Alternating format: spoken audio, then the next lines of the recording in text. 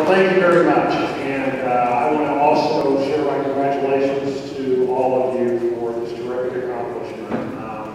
It's an exciting day to be in Quinter, and you should all be very, very proud. I can honestly tell you that your football team this year has more wins than my team had my entire 3 years in high school. So congratulations to your 7-0 team, and good luck tonight. Let's give it a round.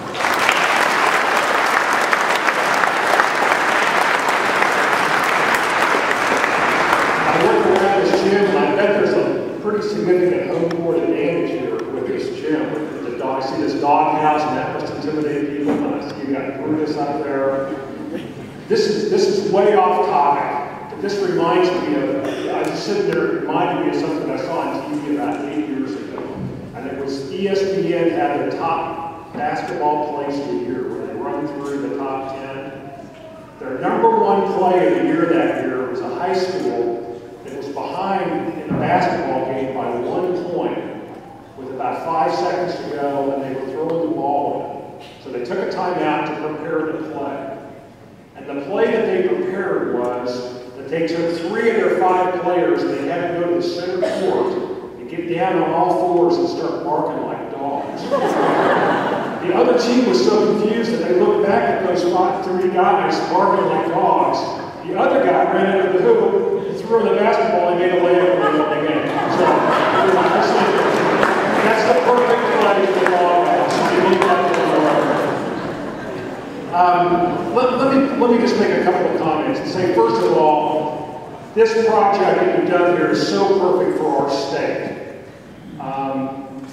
And as one of the earlier speakers noted, Kansas has a history of using our wind through windmills that we used to create water that we then use for irrigation and to water our crops.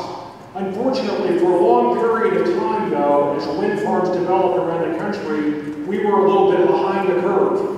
We just didn't develop them like they were developed in other states. But fortunately, because of the work of a lot of people, we've been able to turn that around. And the reason that we turned it around is that Kansas is the 3rd best state in the country for wind farms. #3 in the entire country, but we had virtually no wind farms until relatively recently. The good news is that through working with the legislators, through working with utility companies, through working with developers and landowners, we totally turned that situation around. And this year there are more wind farms being developed in Kansas than any other state in the United States. And we're very, very proud of that. But the second thing I want to say is congratulations on being a leader. You know, no matter what community I'm in, no matter what city I'm in, whether it's a small city, or a big city or a medium-sized city, I have high school students that come to me and they say, you know what, I can't wait to leave because there's nothing going on in my town. I don't care if you're in Kansas City, if you're in New York, if you're in Scott City, or Lakeland where I live, people are always saying that. Well, let me tell you, you can't say that here. And the reason that you can't say that here is that Quinter really set the example for the rest of the state as to what can be done with wind power in schools.